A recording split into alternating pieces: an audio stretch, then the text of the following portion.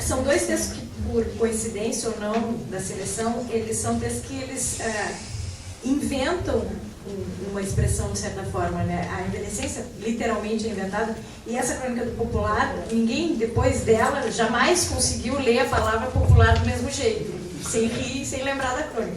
Elas inauguraram uma expressão, uma linguagem, enfim.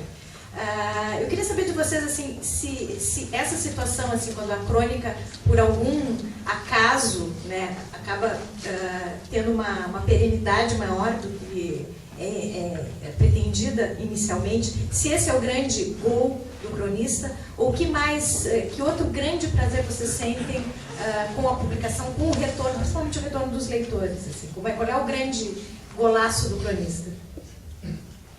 Vai. Se eu for, você não vai depois, vai.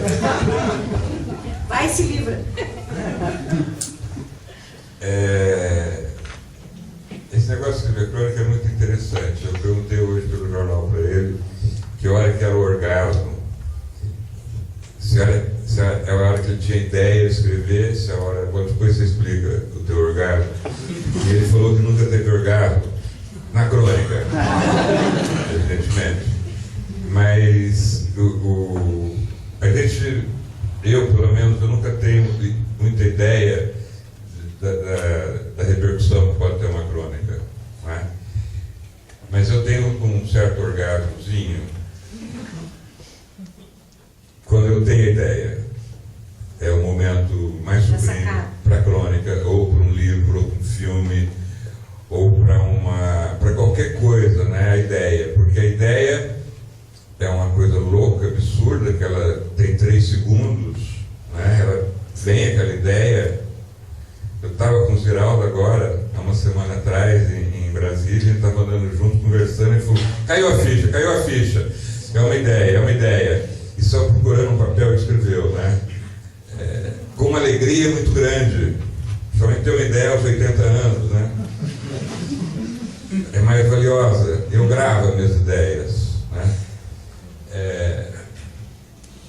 Agora, felizmente, os telefones têm gravador, então facilitou, porque antes eu anotava em papel de bar, geralmente bêbado, e no dia seguinte era um transtorno, porque eu me lembro que um dia eu acordei, tinha um papel amassado escrito assim, carrossel, puta ideia, e até hoje eu não lembro. Perder uma ideia, como você falou, de ter profissional, perder dinheiro. Até hoje, quando eu paro para carrossel, não tem. Mas se não é diretamente a sua pergunta, por exemplo, essa da envelhecência, eu não sabia disso, que ia ter essa repercussão, né, que eu estaria aqui lendo ela depois de quase 20 anos. Não sei, eu tenho uma crônica também sobre tese. Eu tinha uma namorada que fazia uma tese, eu tive que escrever uma crônica sobre a tese, né? Quem faz tese aqui sabe, né? E essa crônica, geralmente, ela é colada em todas as faculdades, ela está pregada de padrinho, não sei o que, é uma coisa que eu fiz assim. Não tem, a gente não sabe. Realmente, eu não sei se o Luciano tem ideia das que vão ficar assim, vão chamar de clássicas, né? Não sei. Tem umas que a gente... Quando a gente manda, a gente sempre acha que é boa, né? E depois quando lê, fala, meu Deus, que tá horrível, né? Tem isso. E tem umas que estão melhores, mas eu não sei. Eu tenho, modestamente, poucas, mas eu tenho umas crônicas assim que ficaram, que copiam. Aliás, eu queria dizer para você o seguinte, uma das melhores crônicas minhas, que é mais copiada na internet, está em seu nome, viu? Chama A Crônica dos Loucos. É muito boa, viu? Você pode... é o mais assinado. Pode assumir que é boa.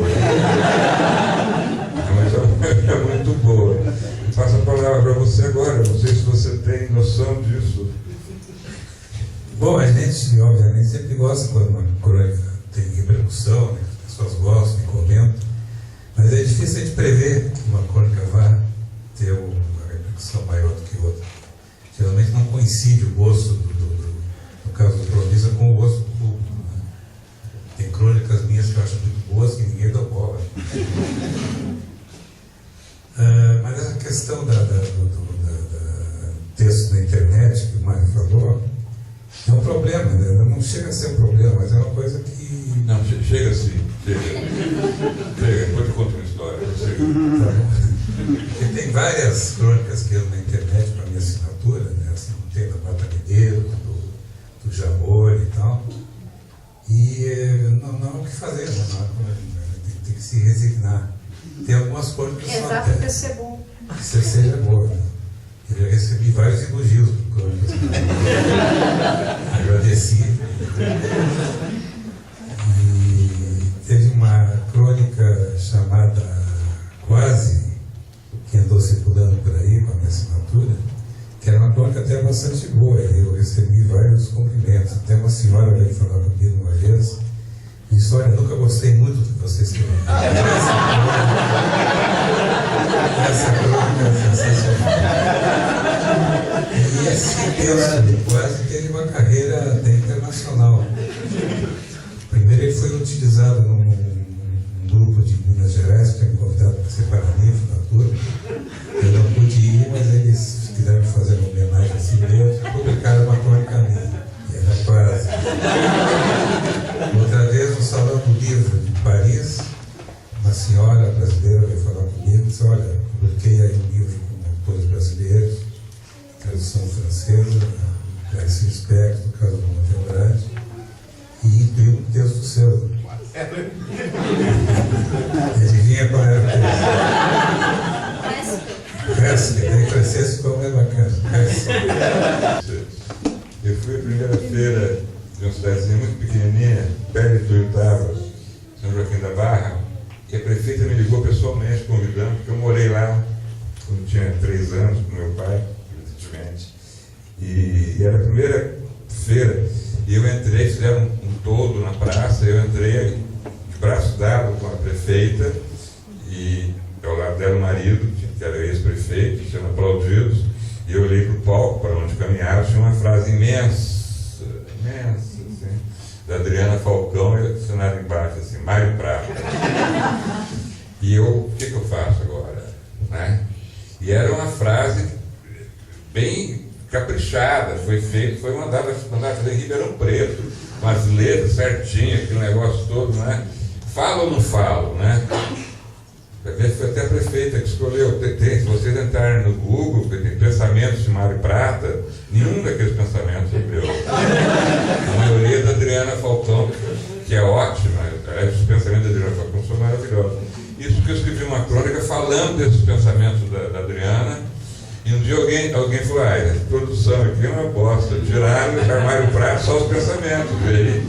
Mas o mais grave é que eu escrevi uma crônica chamada As Mulheres de 40, e uma senhora de 60 pegou minha crônica e pôs assim: Mulheres de 40, 50, 60 ou mais. A mesma crônica.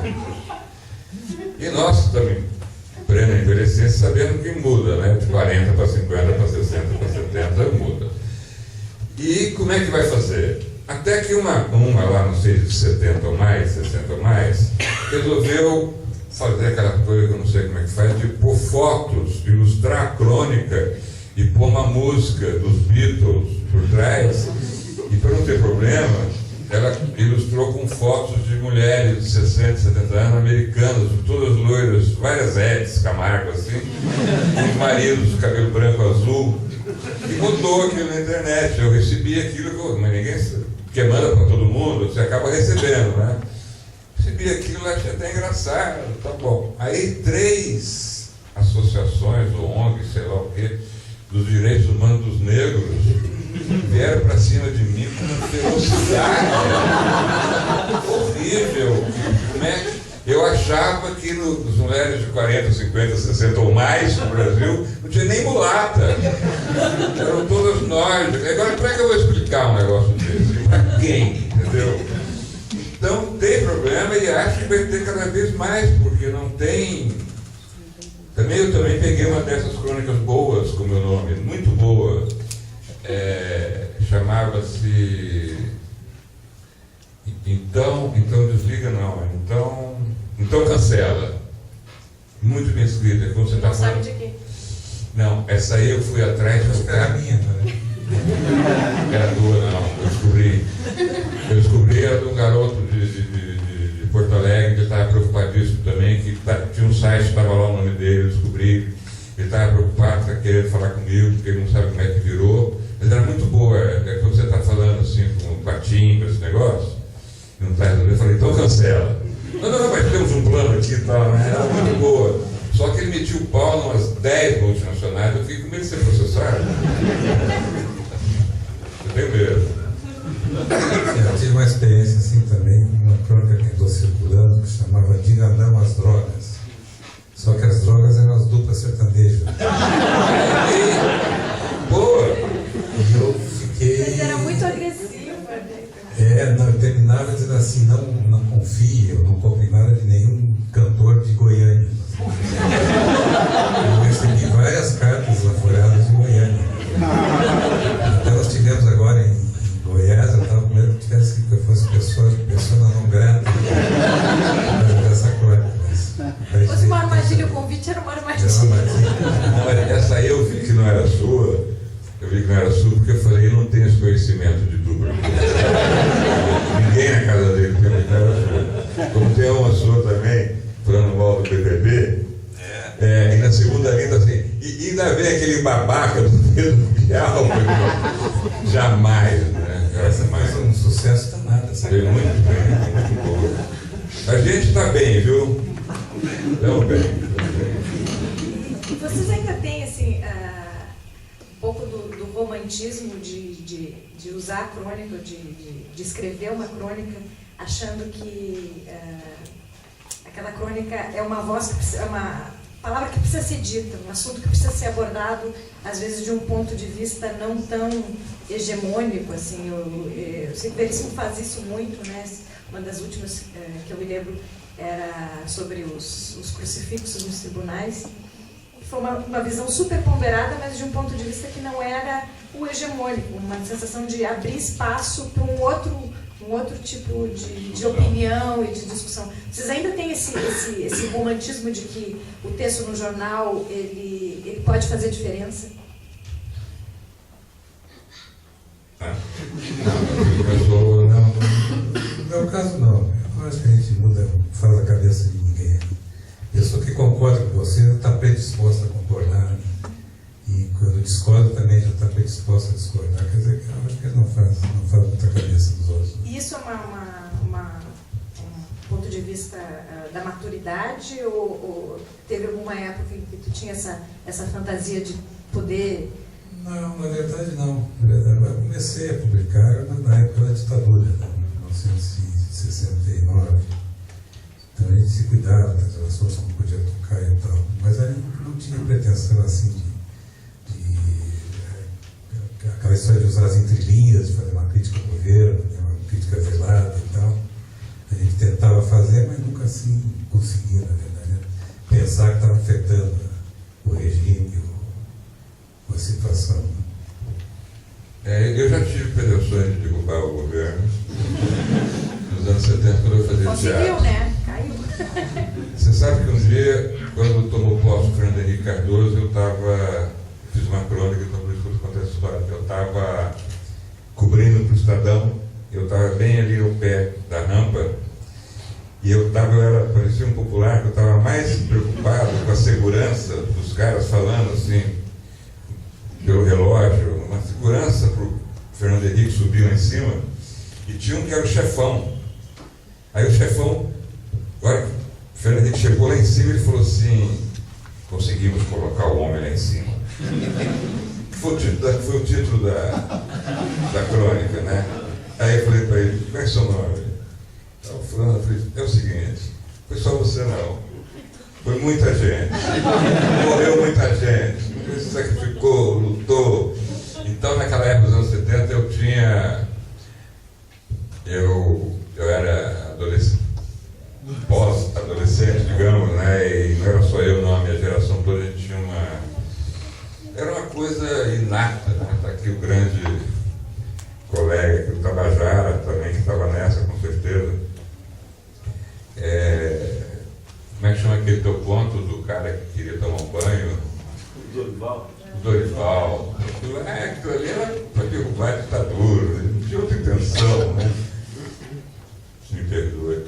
Mas aí é o seguinte, a crônica não. Em primeiro lugar, temos que separar a crônica do artigo. O artigo sim, o artigo é uma... Desculpa a expressão aqui, mas é a verdade. O artigo é uma cagação de regra, entendeu? O Jabor faz muito artigo, sabe? Independente de entrar no mérito dos artigos do Jabor, que é meu amigo e tal. O Jabor é um articulista, o Jabor acredita que as pessoas e tal. A crônica não, a crônica eu acho que é uma bobagem dentro do jornal, uma brincadeira. E eu tive uma única crítica na minha vida, tive várias, já que me deu um toque. Quando eu fiz minha primeira peça de teatro, em 70 e pouco, eu tinha 23 anos, 24, no Crítico da Veja. Quando a Veja era uma revista boa, né? José Márcio Penido fez uma visita dizendo que eu tinha a capacidade de transformar a banalidade em arte. Eu acho que a crônica é isso, sabe? Você pegar uma coisa banal e escrever, e você consegue sucesso quando o leitor fala, porra, eu não tinha pensado nisso. Eu acho que isso é uma crônica. Voltando um pouquinho anterior, quando você falou das crônicas, ele falou que a gente não sabe também se vai ter sucesso ou não. Eu escrevi uma crônica uma vez sobre a compra de um colchão. E que foi um dos grandes sucessos da minha vida comprar um colchão, porque eu tinha, se alguém já comprou colchão aqui, pouca gente compraram colchão, né? Eu tinha 45 anos, eu nunca tinha comprado um colchão. Eu fui comprar um colchão. Eu contei como é que é comprar um colchão, entendeu? Primeiro eu liguei para minha irmã para saber onde comprava colchão. Ela explicou, eu fui lá que tinha um salão imenso, cheio de colchão. Assim. Aí chegou uma senhora e falou, eu falei, eu queria um colchão. Ela falou, pois não. Aí eu ia andando e fazendo assim, sabe? O máximo que eu, né, assim, eu fazia assim. Ela falou, deita. Eu deitar, ela falou, deita, sente o colchão, né? Aí eu deitei, ela trouxe um travesseiro. Aí eu deitei, e eu estou vendo que tem muita gente fazendo isso, tem gente olhando. Cheio de popular ali. E eu olhei. Ela falou, mas o senhor dorme desse jeito? Eu falei, não, durmo de lado. Então fica de lado. Foi ficando ridículo aquele negócio. Eu durmo com um travesseiro aqui no meio da perna. Ela falou, não. Aí eu comecei a chacoalhar, né? Aí ela falou a grande frase, garantia de 40 anos. Eu falei, eu vou morrer nesse colchão.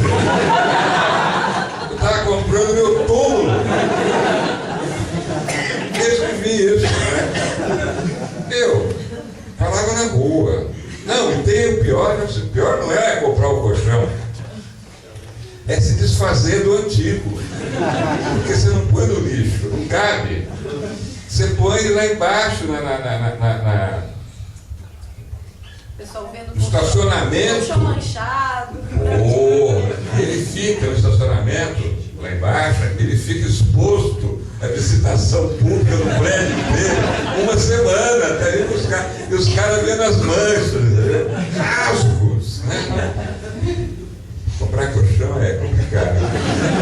A gente estava falando de estilos de cronista, não posso deixar de perguntar para o Mário como é que é a situação de ter um filho, que é um grande cronista, Antônio, teu filho, e como é que é os dois escreverem esse mesmo gênero, o que tem de parecido, o que tem de diferente, tem um bate-bola? Eu acho que o Antônio é o melhor dessa nova geração. Grande cronista, também sou fã do... Está na presença do pai aqui, né? Não, eu estou na tua casa que você e o Chico discutindo quem tinha falado isso primeiro, né? E chegando à conclusão que fui eu.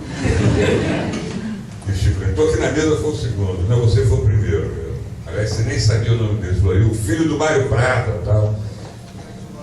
Cláudia, quando ele me falou, você é escritor, eu me lembrei da síndrome do Zoca. E o Pelé, quando voltou da Copa de 80, com 17 anos, todo mundo e tal, ele falou, bom, mesmo é o Zoca, meu irmão. Aí trouxeram o Zoca, que tinha 15 anos, foi um horror. Porque esse negócio de ser filho de, com raríssimas exceções, dessas raríssimas exceções aqui ao meu lado, ser filho do Érico Veríssimo é uma barra pesada, né? E ele superou isso com galhardia, nem se agradecer, porque você sabe disso. Mas o Antônio, quando ele falou isso, primeiro eu achei que eu fui casado com a Marta Góes, que é uma jornalista e escritora. A Marta se falou de mim, casou com o Nirlando Beirão, que é um jornalista e escritor. Todos os nossos amigos são escritores e jornalistas, e o Antônio cresceu no meio de escritores e jornalistas. Eu comecei a achar que ele não sabia que podia ser outra coisa, porque todo mundo era escritor em volta dele. E um dia ele, com 16 anos, falou: "Você é escritor". Eu fiquei com medo daquele negócio. Não, ele ficou lá porque é filho do... Sabe esse negócio, né? Não, ele foi chamar porque é filho do outro. Tá afim, ele... Fiquei com muito medo. Mas depois que o Antônio se estabeleceu na praça, né? Ele escreve uma crônica toda quarta-feira na Folha de São Paulo, que é coautor da novela das 9, ele está fazendo roteiro também de cinema, está como eu fazendo tudo. Bom, depois que o Antônio escreveu, se fixou, eu não escrevi mais crônica, porque ficou difícil. Isso não é um elogio, não. Isso é nunca falei isso, sabe? Eu vou começar, e hoje eu só sinto emoção. Hamlet, assim, o pai e o filho se entretando, Hein? Vamos ver. Uma coisa meio Hamlet, assim, o pai e o filho se entretando. Mas não tem nenhum tio no meio aí.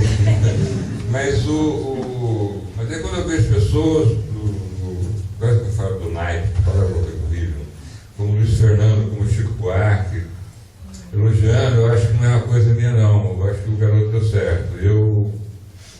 Eu assinei a Folha digitalmente só para ler o Antônio. Deu certo, sabe? O meu medo era... Eu já sou pai do Antônio. E outro dia, pagar uma conta, uma garotinha olhou e falou: "Você é o Mário Prata", né? Eu já fiquei todo metido, né? Como é que você sabe? Você é pai do Antônio? E o Antônio começou a carreira escrevendo crônicas na Capricho, que era uma leitora da época do Capricho. Eu fico muito, muito feliz, muito honrado justamente por ele falar aqui agora que é o melhor. Eu também acho, mas eu não vou falar. É muito bom. Vamos pegar esse gancho então, de um jovem escritor começando a carreira.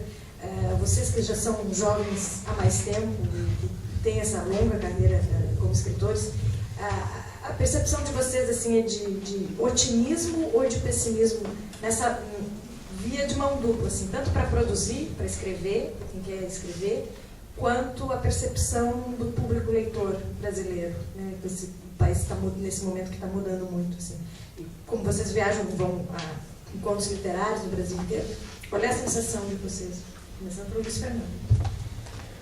Bom, acho que nunca se fez tanta festa, tanta feira, tanta coisa em torno do livro como agora, né? Tem feiras do livro em todas as cidades do interior do Brasil, interior do Rio Grande.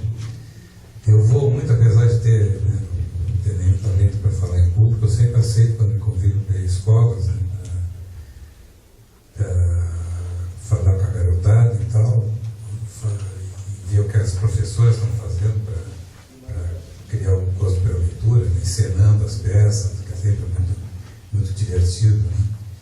Então, acho que a coisa está melhorando,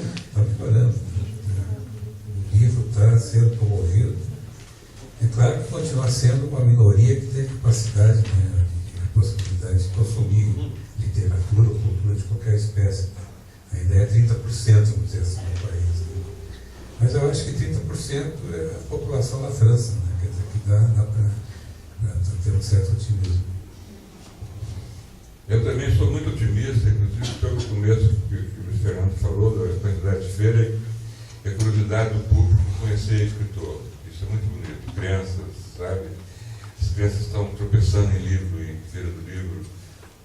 Eu tenho uma teoria que a literatura parar de ler livros nossos, de autor brasileiro, em 67, quando unificaram os vestibulares e puseram redação e leitura obrigatória de livros de autores nacionais que não fosse nosso, que fosse Machado, porque esses caras não iam falar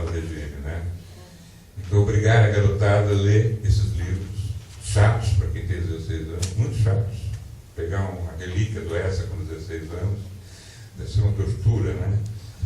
Como é uma tortura ler um livro de biologia, de química, de física e de matemática, né? Então nivelou a literatura com essas matérias, né? E eles fizeram assim quando passaram no vestibular, né? E essa geração que hoje está com 30 anos, então já é filha daquela geração. Essa geração de hoje não cresceu com livros em casa, como eu cresci, né? Tinha o clube da leitura, chegava livros sempre, né? Então tem uma turma que não lê livro nacional. Eu estou fazendo um trabalho agora, estou terminando, é um trabalho sobre as últimas 7 décadas. E eu usei muito a Veja e a Folha de São Paulo, que são as únicas que já tem toda na internet, e fiquei vendo, Luiz Fernando, as listas dos mais vendidos dos anos 90. Só dava nós. Não, sem modéstia nenhuma, era nós, o Fonseca, o Fernando Moraes, o Rui Castro, o Ziraldo, tinha um estrangeiro, sabe? Então, você falou aí dessa nova classe média, maravilhoso, o país está dando certo realmente, eles estão lendo muito errado. Eles estão lendo errado, entendeu? Eles estão lendo por um modismo, que é meio internacional, mas aqui é muito forte. Quando aquele rapaz escreveu o livro da Pipa, bom livro por sinal, houve uma onda de livro do Oriente Médio, cara de pijama listrado para cá, menina que não sei o que para lá, e os 10 e entrava assim de 4 ou 5. Depois começou a turma do roxo, dos crepúsculos, né? Que você entrava na livraria, estava tudo roxo, assim, né? E tinha autores que tinha 4, 5 livros na lista dos 10 mais vendidos, nenhum brasileiro. Esganado agora do Jô, entrou porque é o Jô, que todo dia fala, né? Entrou e pá, e caiu, não fica. Falando de ficção, de crônica, essas coisas, né? E eu estava outro dia fazendo hora no aeroporto, lá em Natal, em Belém, e fiquei conversando com o gerente da La Selva, e falou, rapaz, Crepúsculo está vendendo tanto, que um cara aí usou a manha, escreveu Opúsculo, e pôs uma capa roxa, e estava vendendo tanto quanto Crepúsculo. Eu falei, pô, eu vou fazer o Prepúsculo. Eu só não fiz porque eu não tinha tempo, porque eu faria em 15 dias, entendeu? Só de gozação. Mas eu acho que essa turma que está lendo errado vai acabar achando essa garotada que está vindo aí, escrevendo, entendeu? Pois é.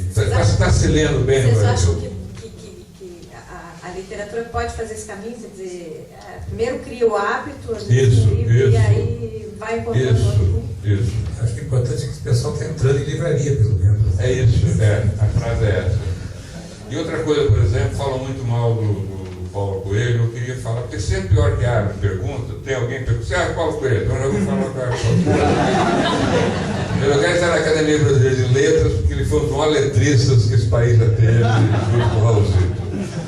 As letras dele já estão numa 3ª geração aí, ninguém vem me dizer que ele não é um bom letrista junto com o Raul, está mentindo que as letras são maravilhosas, e todo mundo aqui, se eu começar a cantar, todo mundo vai cantar junto comigo aqui, umas 10 músicas do Paulo Coelho.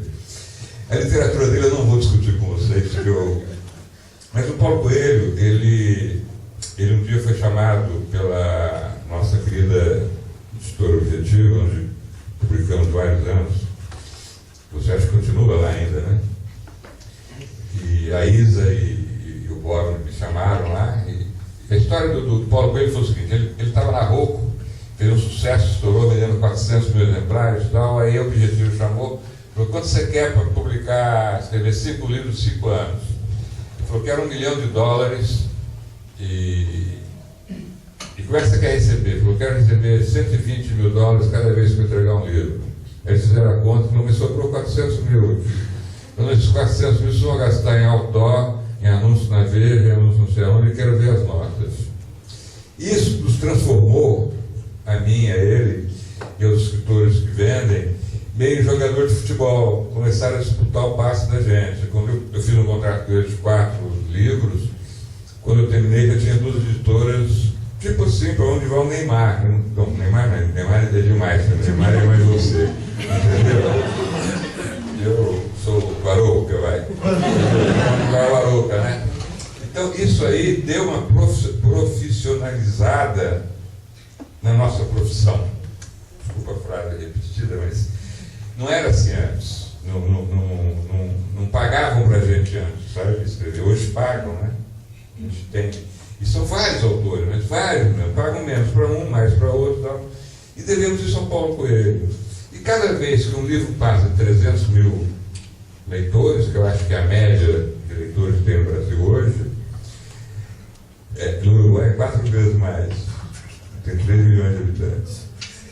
Quando passa, chega a 400 mil, fala, bom, passou 100 mil aí, se 1% vier para mim, tá bom, entendeu?